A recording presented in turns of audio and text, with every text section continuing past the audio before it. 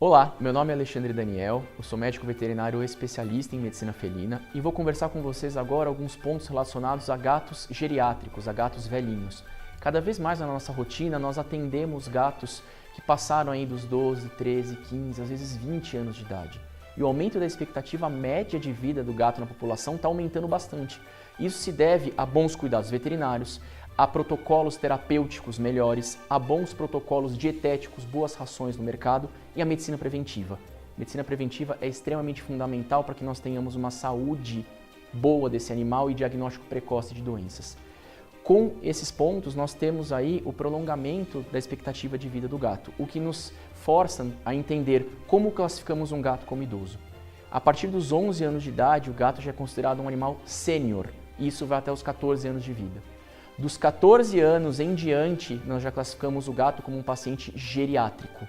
E o paciente geriátrico, ele tem algumas alterações características, onde o papel do médico veterinário é fundamental para entender se isso pode ser comum da idade ou se eu posso ter alguma alteração patológica relacionada a isso. Então, o que é muito comum nós observarmos nos nossos idosos?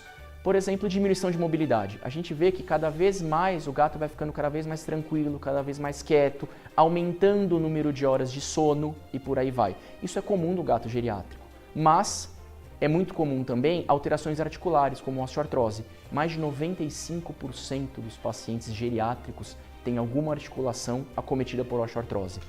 Parte desses animais não tem diminuição de mobilidade porque ele está mais velhinho e isso é comum na fase geriátrica. Eles têm diminuição de mobilidade por dor.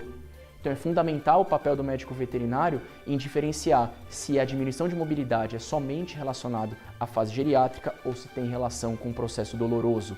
E tratar.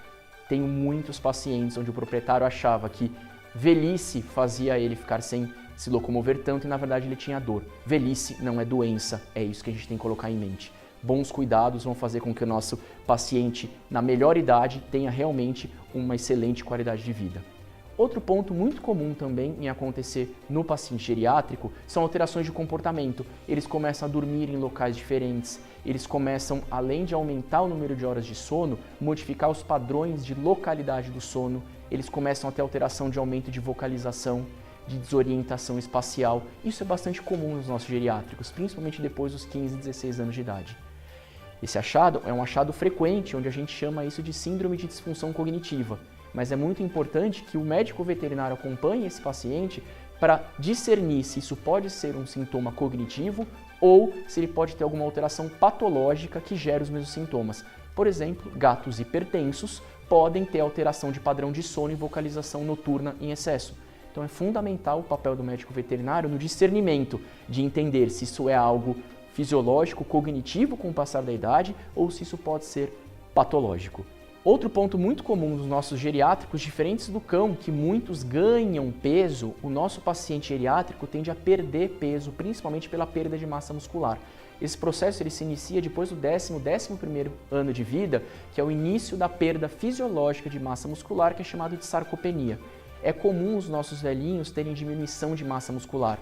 E mais uma vez eu saliento a importância do veterinário em diferenciar se essa perda de massa muscular pode ser fisiológica da idade e nós temos suplementações dietéticas, dietas específicas que podem ajudar a retardar isso, ou se essa perda muscular, essa perda de peso pode ser patológica secundária a alguma doença que aumenta muito na fase geriátrica, principalmente os problemas renais e gastrointestinais crônicos.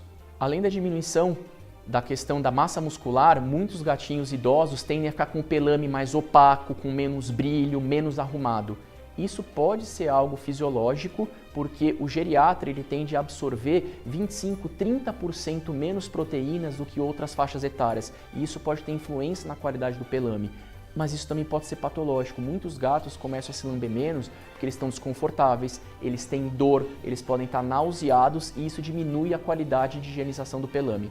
Então, sem sombra de dúvida, pacientes depois do 11º ano de vida, eles merecem no mínimo visitas anuais ao veterinário e, dependendo do caso, visitas semestrais. Como eu comentei anteriormente, a medicina preventiva é uma chave fundamental para ter uma boa qualidade de vida e uma boa longevidade.